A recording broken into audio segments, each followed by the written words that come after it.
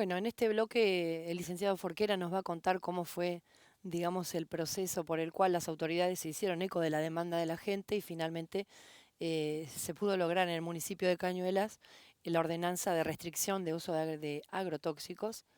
Y bueno, si les Lo, mi- parece, lo lo vemos. vemos, lo vemos. Sí, lo mismo que ha sucedido en tantísimos pueblos del país, ¿no? Exacto. Lo vemos juntos. Nosotros sabemos, le contamos a la gente que el licenciado es convocado por infinidad de ciudades y pueblos para que cuente precisamente lo que yo le pido que nos cuente acá. La experiencia de Cañuelas, digamos. Bueno, eso fue en mi segunda etapa como responsable de la Subsecretaría de Política Ambiental del municipio.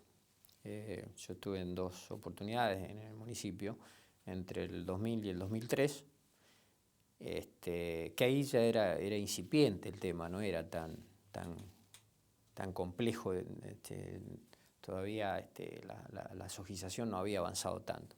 Aparte estábamos en una época bastante de crisis, en el 2003.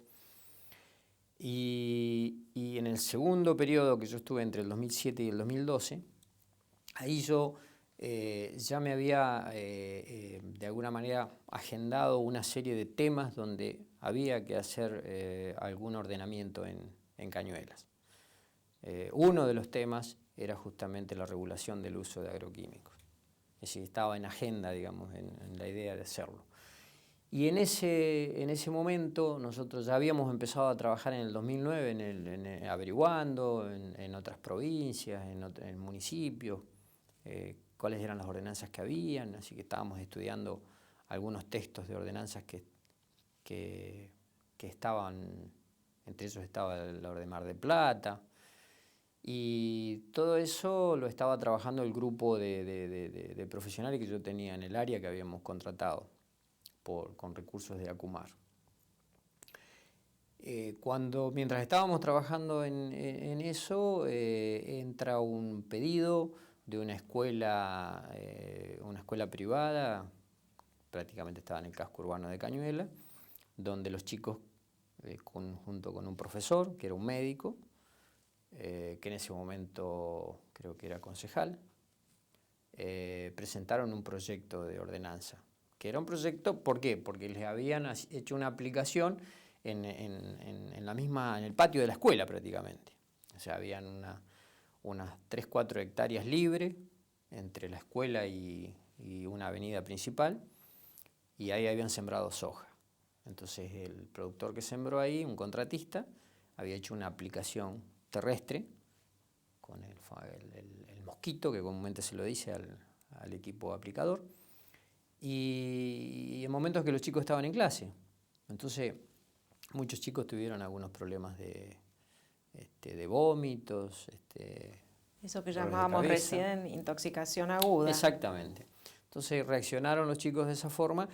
Ante esa problemática, bueno, toda la comunidad educativa estaba de alguna manera conmovida por eso y presentaron un proyecto, que un proyecto, por supuesto, consistía muy simple, consistía en 2 artículos nada más, o sea, prohibir las fumigaciones en la zona rural, urbana, porque eso estaba en zona urbana, digamos, si uno miraba la ordenanza de zonificación del partido, eso era zona urbana. Entonces, nosotros ahí tuvimos que apurar lo que estábamos haciendo, porque sabíamos que el Consejo Deliberante, como eso entró al Consejo Deliberante, el Consejo mandó ese proyecto, envió al Ejecutivo para que nosotros lo estudiáramos y consultando si estábamos pensando en algo parecido. Bueno, así que lo que hicimos fue incorporar el proyecto nuestro, que ya lo habíamos terminado, que era una ordenanza mucho más elaborada, ¿no? Porque en realidad se incorporaba también toda una zona de prohibición de uso de agroquímicos con una limitante de 2.000 metros desde los perímetros urbanos, donde terminaba la zona urbana, una franja de 2.000 metros de no aplicación de agroquímicos. Con respecto a la fumigación aérea, se limitaba todavía a una cantidad de metros. En el primer texto era 5.000 metros. Después, afortunadamente, lo pudimos en las distintas reuniones en el Consejo Deliberante, pudimos eliminar la fumigación aérea en el partido. Muchos dicen que es una locura que siga existiendo en el país, claro, la fumigación aérea, ¿no? Porque ¿cómo se puede controlar? Claro, una fumigación aérea? Exacto. Pues eso surgió también del debate, y aprovechamos nosotros la oportunidad porque en el debate, en el Consejo Deliberante, los productores mismos decían de que en Cañuelas no habían fumigaciones aéreas, solamente había un campo que fumigaba y venían una empresa de afuera del partido.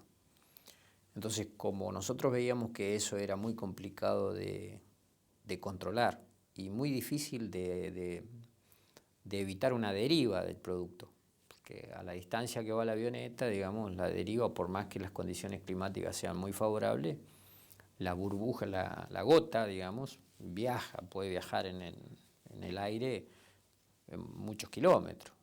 Entonces era difícil.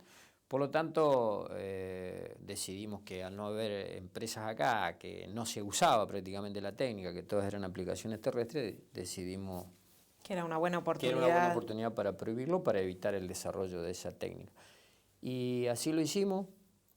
Después también la ordenanza prevé que esa ordenanza tiene que venir acompañada de otro proyecto a futuro, para que en esos 2.000 metros no es que se prohíbe la producción, sino que en esos 2.000 metros se debe producir de otra forma. Y se eligió en el texto de la ordenanza, se eligió la agroecología como método de producción alternativa, es decir, apuntando a la biodiversidad y al no uso de agroquímicos en esa franja de 2.000 metros. Que también se puede extender al resto del territorio, si cualquiera que quiere producir en forma agroecológica lo puede hacer, no es que está limitado a esa franja nada más. Pero en esa franja en particular, pensando en la salud y en la vida de la gente, no, nada más. Digamos, no es que se prohibía la producción, ahí se podía producir, pero de otra forma. Claro, y usted en aquel momento, yo recuerdo que tuvo tiempo para tratar de convocar a los productores, para empezar a explicarles esto, ¿no? Que no es que se prohibía, porque hubo en aquel momento una resistencia a que esto era un atentado casi hasta la propiedad privada, ¿no? Y a la posibilidad de lucro, digamos. Pero recuerdo que fue duro porque se convocaban a talleres y los productores no aparecían y no... Fue algo así, ¿no? Lo que sucedió. Sí, porque hicimos algunas reuniones, digamos, de convocatoria así para de alguna manera explicar, porque hubo una reacción, digamos, que querían prohibir algún artículo de la ordenanza, porque en el artículo de prohibición de uso de agroquímicos, lo que prohibía el uso de todos, tanto de productos de síntesis química como naturales. Pero eso lo habíamos hecho de alguna manera a propósito, porque algunos que criticaban la ordenanza decían que ni siquiera íbamos a poder usar un producto natural, qué sé yo, un purín de ortiga. Bueno, pero usted puede explicarnos y puede explicarle a la gente lo que son los productos, claro, a qué se le denomina, que no es esto que estaban diciendo, ¿no? Claro. Contémosle a la gente a qué se le denomina, productos naturales, de síntesis natural, que es algo bien distinto, ¿no? Exacto. Entonces nosotros, es decir, ¿por qué apuntábamos a prohibir todos los productos? Porque la idea era que en una ordenanza de producciones agroecológicas podíamos definir qué se podía hacer, cómo se podía producir en forma agroecológica, ¿sí? Cuidando el suelo, cuidando el agua, cuidando la salud de la gente sobre todo, pero básicamente con biodiversidad, es decir, no con un monocultivo, no con producción orgánica, por ejemplo, porque también podríamos decir, bueno, vamos a hacer producción orgánica. La producción orgánica lamentablemente también ha sido cooptada por algunas empresas grandes internacionales que hoy producen algunos agroquímicos para ser usados en la producción orgánica.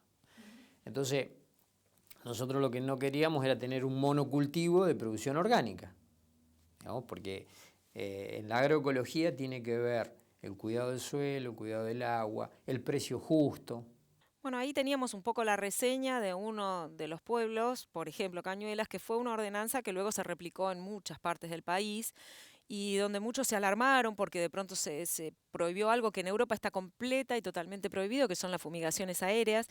Y yo quisiera hacer una breve aclaración, que el licenciado José Luis Forquera por ahí se le traspapeló ahí y nada, la tengo acá, la profe que fue realmente la persona que junto a un grupo de alumnos, escuela fumigada, no escuela rural, vamos a aclararlo porque viene bien aclararlo, una escuela que no es rural, pero también fumigada, después de haber sido muy fumigados y después de haber empezado a vivir en el cuerpo, los primeros síntomas de las intoxicaciones, tanto agudas como crónicas, bueno, empezaron a investigar y con eso armamos el primer proyectito de ordenanza, muy humilde, muy sencillo, pero bueno, a través de un concejal eso ingresó en el Consejo Deliberante y de alguna manera pudimos generar una movida que afortunadamente terminó en la sanción de la ordenanza en el año 2010. Ahora falta que se cumpla nada más, ¿no es cierto? Pero bueno, es un detalle. ¿Está bien? Entonces, bueno, eso fue y nos parece que es interesante compartir con la gente de todo el país que está viendo esto en este momento porque es la única manera que los pueblos fumigados tienen como para irse protegiendo. No van a salir grandes leyes maravillosas. Todas las nuevas leyes que están saliendo son bastante penosas. Entonces la gente desde sus lugares tiene que hacer fuerza y todo militarlo. Es fruto de la lucha, así que sí, se puede. El próximo programa nos encontramos. Por supuesto, esperemos que estén ahí y les agradecemos el habernos acompañado.